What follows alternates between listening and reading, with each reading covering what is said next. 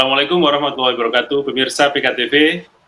Kita berjumpa lagi dalam program Ruang Diskusi yang setiap hari Senin, hari Rabu, dan hari Jumat selalu hadir untuk Anda di malam hari ini dan yang diulang di pagi hari esok.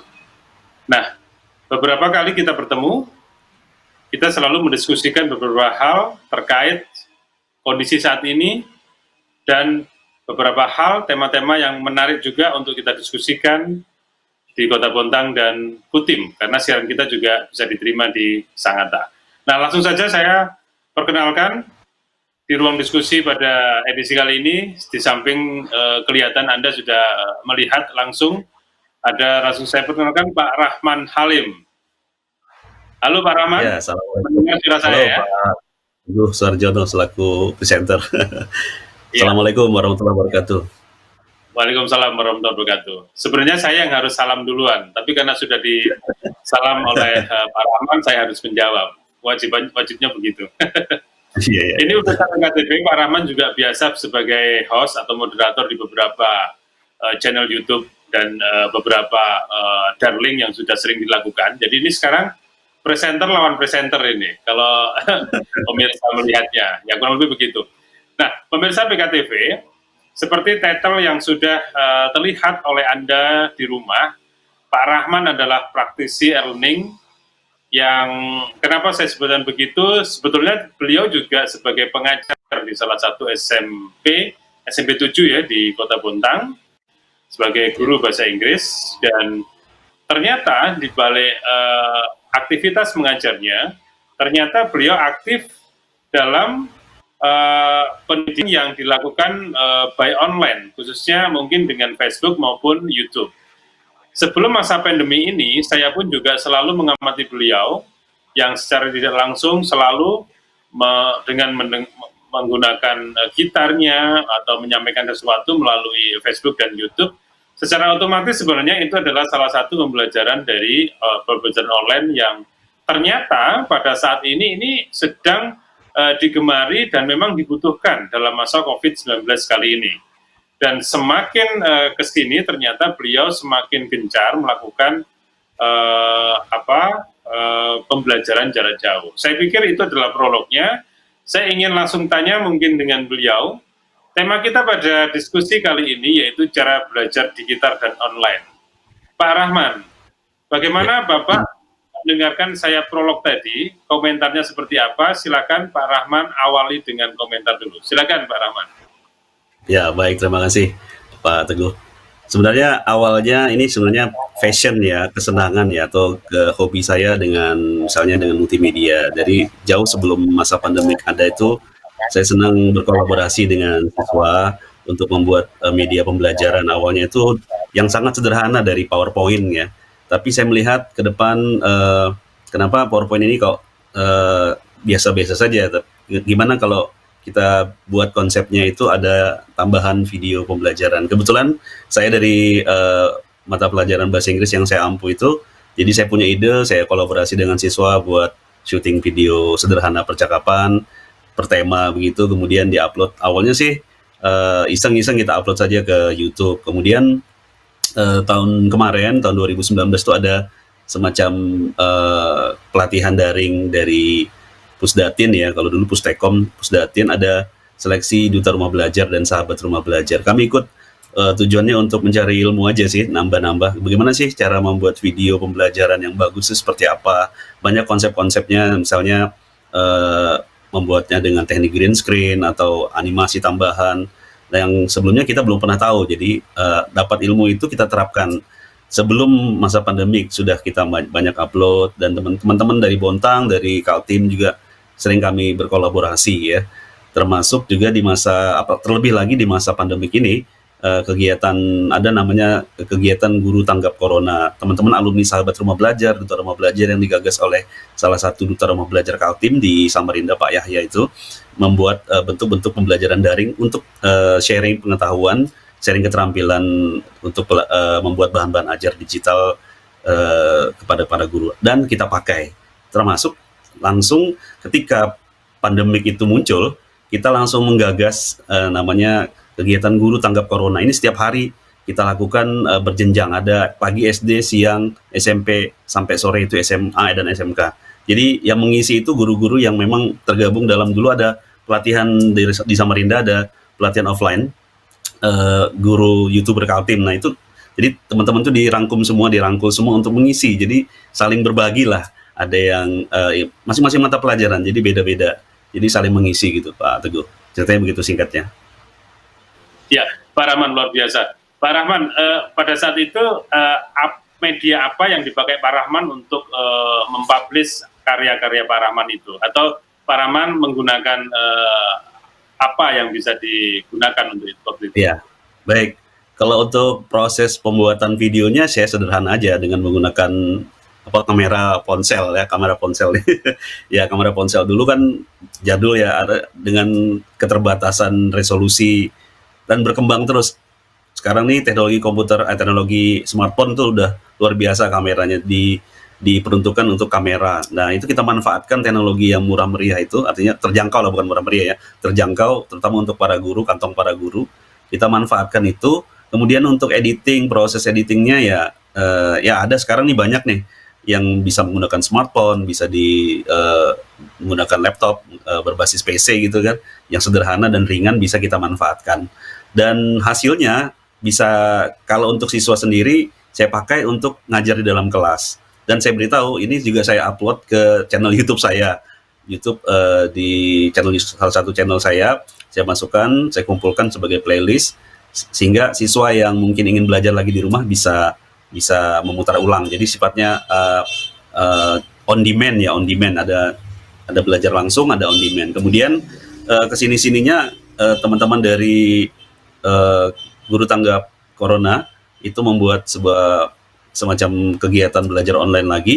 Nah, kita bergantian mengisi, kadang jadi moderator, kadang jadi presenter, mengisi materi yang kita bisa, dan diperuntukkan untuk siswa dan juga untuk khalayak luas yang suka nonton YouTube sebagai pemirsanya gitu, Pak Teguh.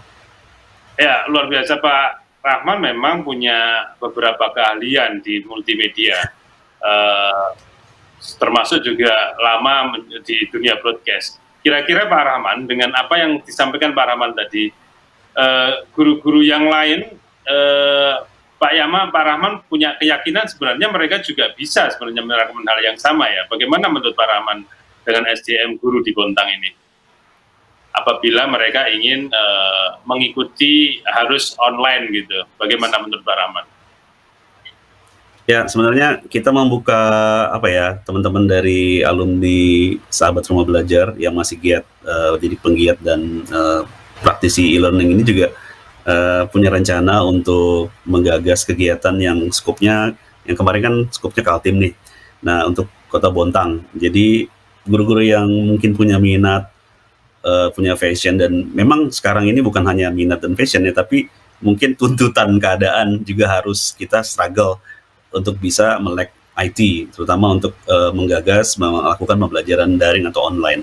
Nah, ini bisa kita bergabung nanti, mungkin ada rencana selanjutnya di tahun ajaran baru kita akan bergabung dengan guru-guru di sini membuat pembelajaran online. Jadi kita sharing gitu dengan teman-teman guru. Jadi ini sekalian belajar dan langsung praktek untuk lebih maju gitu ya. Dan tentu saja kita butuh support nih Pak Teguh, support dari pemerintah Kota Bontang dalam hal ini, kemudian dinas pendidikan, stakeholder yang lain, pihak swasta mungkin yang punya concern ke pendidikan, terutama masa pandemik juga, karena kita memikirkan bukan hanya untuk gurunya ya, tapi pembelajaran ini juga sangat bermanfaat jika benar-benar bisa dilaksanakan, masuk ke sasaran tujuannya adalah siswa sendiri yang notabene ada di rumah gitu. Lantas Pak Rahman, apa yang, kalau tadi kan sebuah keinginan Pak Rahman yang memang ingin mendidik siswanya, untung-untung siswa yang lain juga bisa menikmati. Apakah waktu itu ada keinginan bahwa apa yang Pak Rahman lakukan itu akan mendapatkan sesuatu gitu dari apa yang Pak Rahman ingin, atau memang benar-benar waktu itu hanya ingin mengaplikasikan sebuah hobi saja? Kadang-kadang ya, awalnya ada kalanya ini semoga bisa dapat sekian gitu. Bagaimana menurut betul. saya? Ya, Kalau awalnya Mas memang dari hobi fashion ke sana ya. Jadi nothing tulus saja. Bahkan saya dengan swadaya sendiri karena memang senang gitu ngumpulin peralatan-peralatan ya sederhana yang terjangkau oleh kantong saya bisa lengkapi diri untuk mensupport pembuatan ya media pembelajaran sederhana untuk siswa dan saya upload di YouTube. Dan saya dengar kan YouTube sekarang ini menjanjikan terutama para YouTuber yang sudah kelas-kelas ya punya viewer jutaan, punya apa namanya jam terbang banyak gitu. Itu bisa dimonetize. Tapi itu hal-hal yang nomor sekian. Artinya itu adalah bonus ya. Sedangkan yang saya harapkan sebenarnya bisa sharing, bisa berguna dan bermanfaat. Apa yang saya bisa lakukan itu sudah merupakan kepuasan tersendiri buat saya. Karena ini memang hobi gitu. Jadi bonus saja kalau misalnya nanti suatu saat YouTube melirik saya untuk bisa dimonetize dengan jam terbang sekian ya itu lain cerita. Luar biasa, Pak Rahman. Semoga banyak guru-guru pendidik di Bontang atau di luar Bontang yang bisa mengikuti jejak Pak Rahman, mungkin mempelajari siswa-siswanya dengan hobi sehingga mereka juga masih bisa tetap menerima sistem belajar mengajar. Nah, Pak Rahman, kira-kira kondisi yang kemarin atau yang saat ini ya, apakah menurut Pak Rahman guru-guru itu mutlak harus paham tentang ilmu digital dan sistem belajar jarak jauh seperti ini, Pak Rahman? Ya, sebenarnya tidak semua guru itu berbekal pengetahuan IT ya, karena termasuk saya juga untuk IT sendiri ya learning by doing gitu ya. Tapi sebenarnya kita harus punya semangat untuk belajar karena guru itu sebenarnya juga harusnya sejatinya dia adalah seorang pembelajar. Karena kalau dia berhenti belajar, berarti dia akan kalah sama siswanya kan, karena teknologi berkembang terus. Jadi mungkin bukan bermaksud untuk menggurui, tapi memberikan inspirasi kepada para teman-teman guru. Syukur-syukur kita bisa bekerja sama, kolaborasi lebih asik gitu ya. Bisa untuk terus semangat untuk belajar. Jadi ilmu IT ini sekarang kan bisa kita pelajari tutorialnya. Sekarang ini era tutorial Mas Teguh. Jadi kita mau apa aja sebenarnya kesulitan apa aja sesaat kita bisa tahu. Tinggal cari di Google atau cari aja channel YouTube yang cari ada tutorialnya. Insya Allah bisa gitu ya. Asal kita mau kekeh untuk belajar. Ada jawabannya sebenarnya. Ya benar. Ya, terus Pak Rahman, pada saat ini sudah mulai memproduksi dan saya melakukan itu yang dilakukan oleh Pak Rahman sekarang, yaitu bergabung di sebuah rumah belajar streaming kalau nggak salah. Bisa diceritakan itu Ya, seperti apa konsep yang sudah dilakukan atau yang Pak Rahman sendiri lakukan, seperti apa itu? Ya, baik. Rumah belajar streaming itu salah satu channel yang digagas oleh Pak Muhammad Yahya dari Samarinda. Beliau itu salah satu duta rumah belajar tahun 2018 yang mengumpulkan kita mengkoordinir untuk membuat sebuah channel. Sebenarnya channel pribadi beliau, tapi dibuat namanya Rumah Belajar Streaming untuk membedakan dengan rumah belajar yang punya di pusat ya, punya Pusdatin. Itu kita banyak kegiatan. Jadi satu portal itu bisa banyak channelnya Mas, banyak kegiatannya Mas. Misalnya pagi, siang, sore itu berjalan beriringan. Bahkan dipakai untuk beberapa kabupaten kota di Kalimantan Timur. Jadi yang pusat intinya itu rumah belajar streaming, tapi nanti dipecah lagi. Dia portalnya bisa siaran live. Ya, Kutai punya Kutai Cerdas, Balikpapan, Himpaudi Balikpapan, Bontang punya Himpaudi siaran sendiri untuk Himpaudi ada. Jadi sudah berjalan sekitar 1 bulan. Kalau yang rumah belajar streaming itu sudah sekitar 3 bulan yang lalu kita sudah jalan sebelum pandemik ini kita di WFH kan kita sudah jalan. Nah yang jalan pada masa berbarengan dengan WFH ini yaitu Guru Tanggap Corona. Guru Tanggap Corona ini ya setiap hari itu ada yang siaran ya memberikan materi-materi pelajaran. Jalan terus baik itu untuk materinya ke sesama guru ya, baik itu ke sesama guru atau juga ke siswa. Jadi ada yang misalnya dia mampu memberikan tutorial misalnya tentang membuat video atau membuat bagaimana membuat sertifikat online dan seterusnya, itu ada untuk guru dan juga ada untuk siswa. Misalnya permapel itu bebas, jadi disediakan jadwal-jadwalnya. Dan apa yang ada diajarkan di situ tidak hanya khusus untuk kelas tertentu ya Mas ya, bisa untuk Iya betul. Jadi dari SD, SMA, jadi betul. Bahkan beberapa panelis tuh dari luar Kalimantan Timur, teman-teman guru yang bikin organisasi ya, muncul juga ikutan hadir dari sebagai panelis, bahkan juga ikut sebagai host dan moderator. Jadi seru Mas. Jadi kita banyak kenalan, banyak teman gitu. Ya, oke, Mas Rahman Halim, sebelum kita lanjutkan ruang diskusi ini, kita akan saksikan beberapa pesan-pesan berikut ini. Pemirsa, kita akan akan lanjutkan ruang diskusi ini setelah pesan-pesan yang satu ini.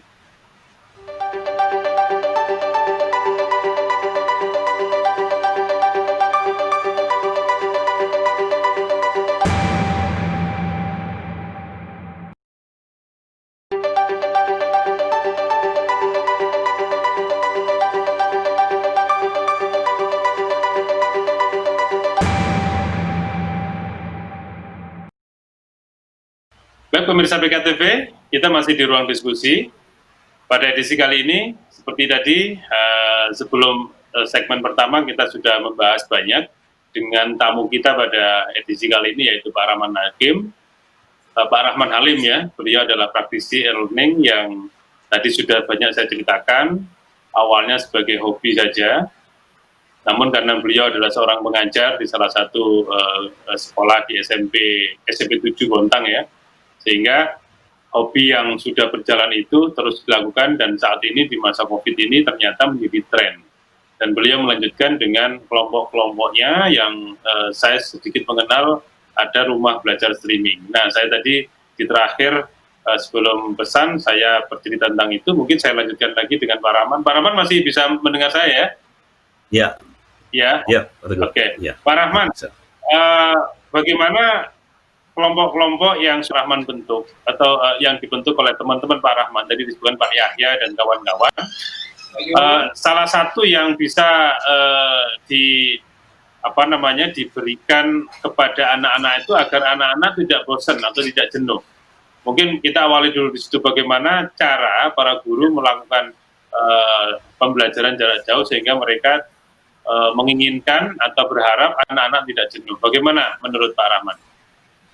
Ya, sebenarnya kita dari pembelajaran daring ini juga mau tidak mau harus mengadopsi konsep pembelajaran siswa aktif ya, atau active learning.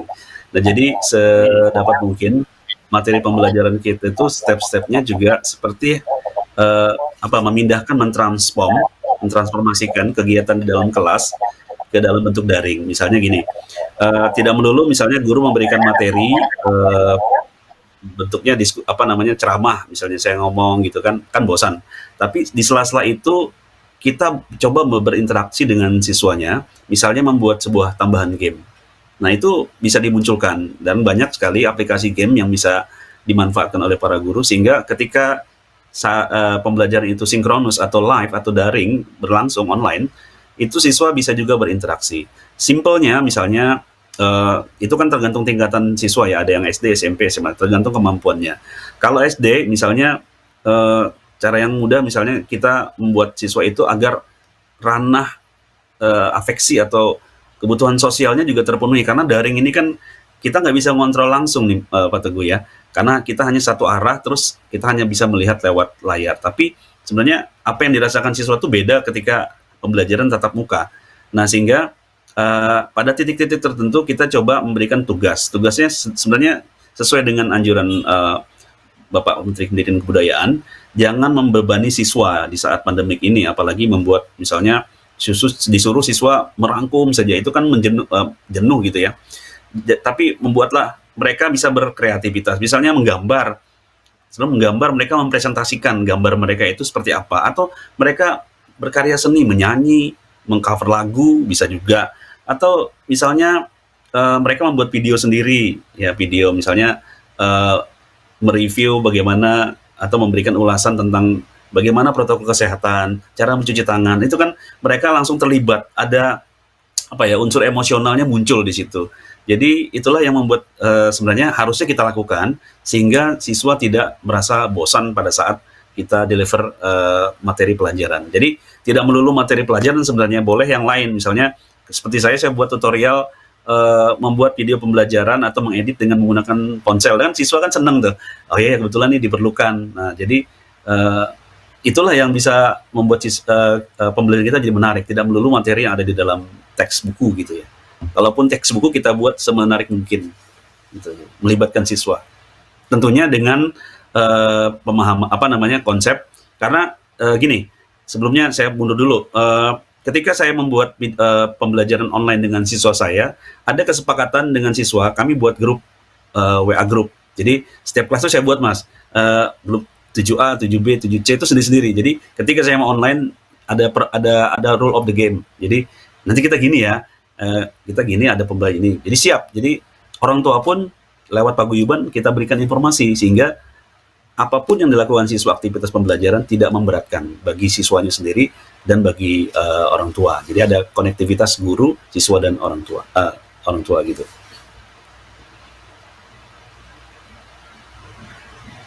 Yang sudah dilakukan itu ternyata bisa lebih nyampe ke siswa ya. Tapi tadi sedikit disampaikan bahwa sebenarnya siswa pun kita juga tidak bisa memantau terus ya. Artinya betul. Itu tingkat keberhasilannya kan masih belum bisa kita lihat ya. Kadang-kadang ada anak yang biasanya kurang, ternyata dengan ini dia unggul. Apakah itu dibantu oleh orang tuanya? Kita kan nggak tahu. Bagaimana guru menilai hal itu? Atau pengajar bisa tahu bahwa sebenarnya apakah ini dibantu orang tua atau seperti apa, itu gimana itu cara menilainya itu Pak Rahman? Ya betul, sebenarnya guru tuh punya intuisi ya. Jadi ketika masuk kelas, sebenarnya ini seorang guru yang bagus itu dia harus mengenal siswanya. Jadi kenal person to person, walaupun tidak hafal semuanya, tapi dengan melihat karakternya udah tahu. Jadi karena sudah jadi kegiatan sehari-hari, sehingga lewat misalnya saat memberikan tugas gitu ya, saat memberikan tugas tentunya hasil tugas itu kita udah tahu ini sebenarnya dibantu apa tidak. Nah, jadi seperti itulah kira-kira guru menilai. Jadi sifatnya sih subjektif ya. Jadi tapi memang ada penilaian tugas itu harus ada ada semacam kriteria penilaian. Jadi itu yang rambu-rambu sebagai rambu-rambu supaya kita tidak salah dalam memberikan penilaian atau asesmen kepada siswa. Oke, Pak Rahman, tema kita kan cara belajar digital atau online ya. Ada kalanya siswa itu atau mungkin masyarakat sekitar yang ingin ikut belajar gitu, ada keterbatasan jaringan. Kira-kira menurut Pak Rahman bagaimana mengatasi hal-hal seperti ini, Pak Rahman? Ya, itu salah satu kendala ya. Sebenarnya banyak hal yang kita temui di lapangan.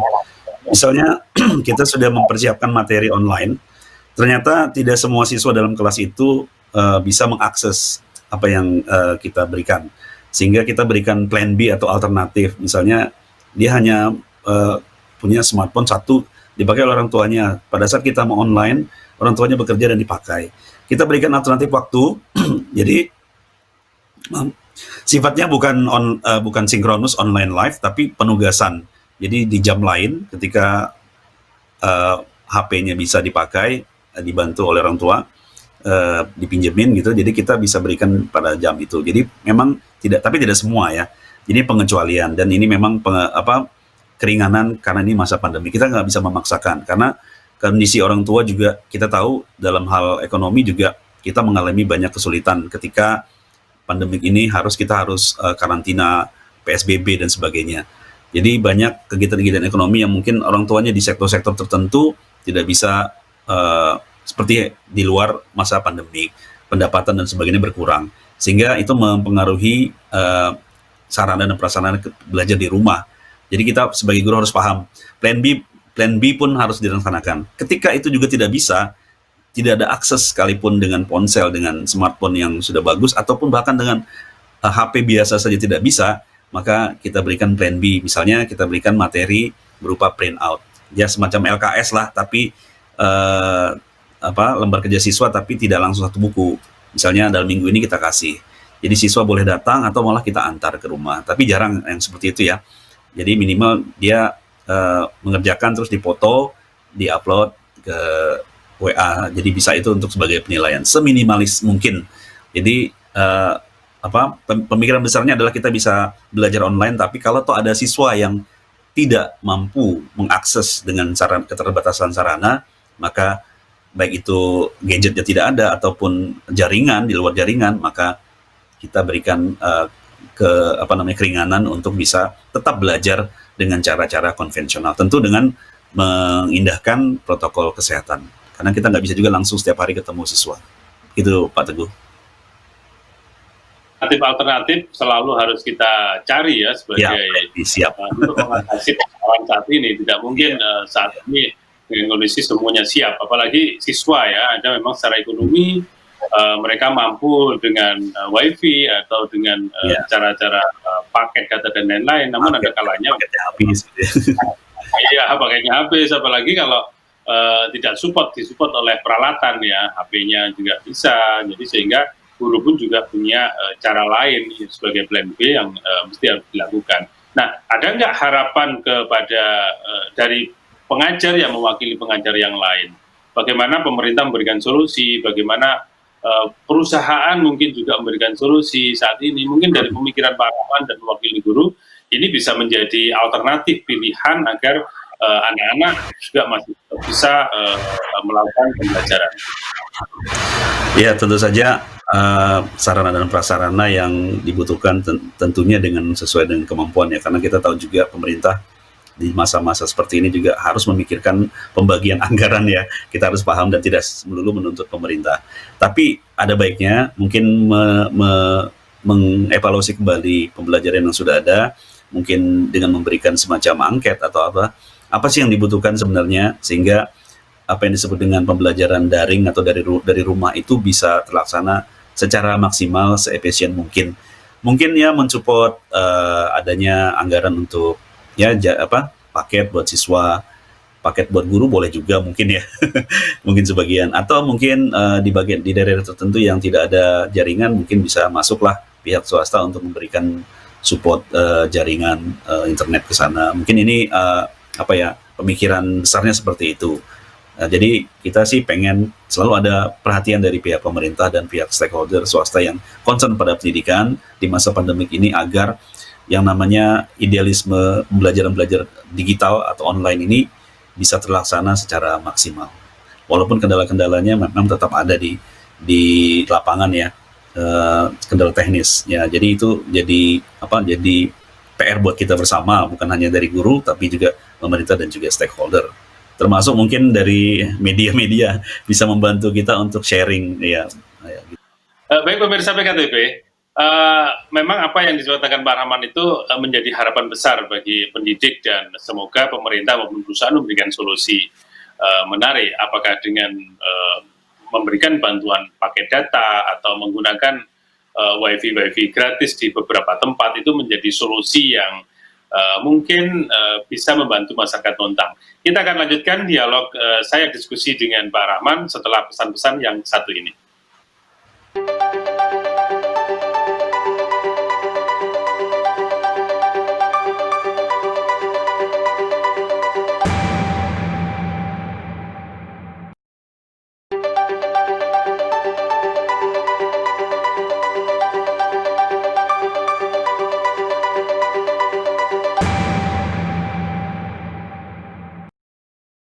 Baik pemirsa, masih di ruang diskusi kita sudah 2 sesi kita lakukan tadi, dan sesi terakhir mungkin saya akan mencoba menanyakan kembali kepada Pak Rahman, berdiskusi kembali dengan Pak Rahman, karena ruang diskusi ini kita sharing ya untuk pengetahuan masyarakat, dan siapa tahu memang Pak Rahman yang sudah melakukan ini bisa memberikan sebuah formulasi-formulasi tentang pendidikan yang ada di Bontang. Nah, sekarang bagaimana saya ingin mengembalikan Pak Rahman, seperti apa yang tadi kita bincang-bincang lagi di sesi terakhir kali ini. Masih ada beberapa guru yang terkendala dengan pengetahuan maupun dengan sarana. Tapi Pak Rahman tadi sudah memberikan satu cara yang mudah meskipun dengan HP. Saya ingin mengulang kembali bagaimana cara termudah kira-kira Pak Rahman agar seorang pendidik itu bisa memberikan sistem yang nyaman, tips-tips maupun apa, sehingga mereka tetap bisa melakukan belajar mengajar. Baik, iya, terima kasih Pak Teguh. Jadi kan pembelajaran daring ini ada dua. Sebenarnya kita kenal dengan satu sistem sinkronos, yaitu belajar langsung live gitu ya, seperti streaming. Kita bisa menggunakan YouTube, Facebook, atau beberapa platform seperti yang tertutup seperti Zoom, Webex, kemudian Google Meet dan sebagainya. Tapi itu semua memerlukan sederhana saja sebenarnya, memerlukan bagaimana cara kita men-setting platform itu. Sebenarnya kalau kita mau belajar sehari bisa. Terus yang paling penting adalah bagaimana kita menyiapkan media yang akan kita sharing dan rencana pembelajaran sewaktu kita live.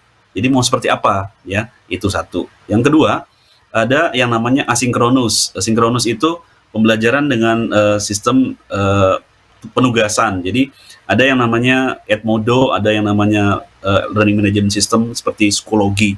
Guru menyiapkan berbagai persiapan pembelajaran di situ, dari rencana pembelajaran, materi pembelajaran, daftar hadir, bahkan sampai kuis, penugasan, dan juga bahan evaluasi ada di situ semua. Termasuk video pembelajaran, misalnya PowerPoint, dan juga materi-materi berbentuk PDF yang bisa dibaca, yang untuk menguatkan literasi siswa. Itu bentuknya asinkronus, itu bisa diakses dengan smartphone saja bisa. Jadi guru bisa menyiapkan itu. Tentunya dengan mau belajar ya, mau belajar, kuncinya mau belajar. Sekali lagi, kuncinya mau belajar. Atau juga dengan yang paling sederhana, dengan menggunakan WhatsApp. WhatsApp sendiri atau WA sendiri bisa digunakan untuk pembelajaran live. Misalnya video call bisa maksimal 6-8 orang. Nah, itu bisa kita manfaatkan untuk kelas-kelas kecil. Apalagi dengan kelas kecil tentunya perhatian kepada siswa asik tuh, lebih dekat kita. Nah, itu bisa kita manfaatkan untuk walaupun hanya sekedar ngobrol, walaupun hanya sekedar bertanya jawab, tapi materi kita bisa sampaikan dengan cara diskusi. Itu bisa paling sederhana. Jadi tidak ada kesulitan sebenarnya kalau kita ingin mencari jalan, atau kita ada keinginan untuk terus belajar. Itu saja sih sebenarnya tipsnya. Jadi kalau untuk teknisnya kan tentunya ada ruang tersendiri ya. Misalnya kita mau belajar bagaimana cara membuat video, bagaimana mengedit suara, bagaimana menyiapkan materi pelajaran, itu ada waktunya panjang, ada sesi tersendiri, sesi pelatihan, sesi workshop. Tapi tipsnya yaitu mau untuk belajar. Benar sekali. Saya juga baru sadar ternyata apa yang Pak Rahman tadi sampaikan, ada banyak ruang sebenarnya bisa kita lakukan. Betul. Sama oleh guru dan kepada siswa, meskipun hanya kelas kecil seperti WA, kelompok WA gitu ya. Yang penting semuanya apa yang diinginkan oleh guru nyampe, dan siswa pun juga bisa menerjemahkan, itu yang paling penting. Kadang-kadang pesan apapun bisa diterjemahkan oleh siswanya, ya paling penting begitu. Nah, yang terakhir sekaligus closing statement Pak Rahman, apa yang menjadi, ini kan kita nggak tahu ya sampai kapan ya, sampai kemarin sudah disampaikan 3 Juli nanti akan sudah masuk ajaran baru, tapi ada selentingan lagi ternyata bisa sampai November atau sampai kita nggak tahu. Nah, kira-kira harapan besar Pak Rahman dengan ide besarnya tadi seperti rumah belajar streaming, akan seperti apa nantinya konsep-konsep belajar ini, karena kan ada kelemahan, ada keunggulannya juga, namun mau diapakan juga kondisinya seperti ini. Nah, harapan besar Pak Rahman ke depan dalam 1, 2, 3 bulan mendatang seperti apa, Pak Rahman? Ya, tentunya kita masih menunggu kepastian ya dalam hal new normal ini, atau kebiasaan baru kita ini ya.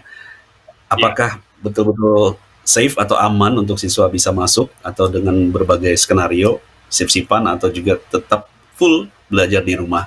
Walau dengan kondisi seperti itu banyak pilihan, banyak kemungkinan. Tentu kita sebagai guru, sebagai orang yang concern dengan pendidikan, harus siap dengan berbagai pilihan itu. Salah satunya adalah siap untuk belajar jarak jauh. Tentunya mempersiapkan diri, menyiapkan materi 1 semester ke depan minimal. Itulah yang bisa kita siapkan sambil menunggu kepastian. Dan teruslah untuk menggali berbagai trik-trik, berbagai tutorial yang bisa kita manfaatkan semata-mata untuk bisa mendeliver pengetahuan kepada siswa pembelajaran ataupun juga tidak semata-mata untuk mendeliver materi pelajaran yang ada di kelas di dalam buku, tapi menurut himbauan Pak Menteri, life skill bisa kita berikan kepada siswa. Sekedar untuk berbicara, ngobrol dengan siswa itu adalah apa ya? Perhatian buat siswa selama masa pandemi itu luar biasa. Kerinduan untuk bertemu dengan siswa bertemu dengan guru itu juga terobati ya. Paling tidak sesederhana itu. Jadi minimal kita mau untuk terus belajar dan berubah, menyesuaikan dengan new normal. Kira-kira seperti itu, Pak Teguh.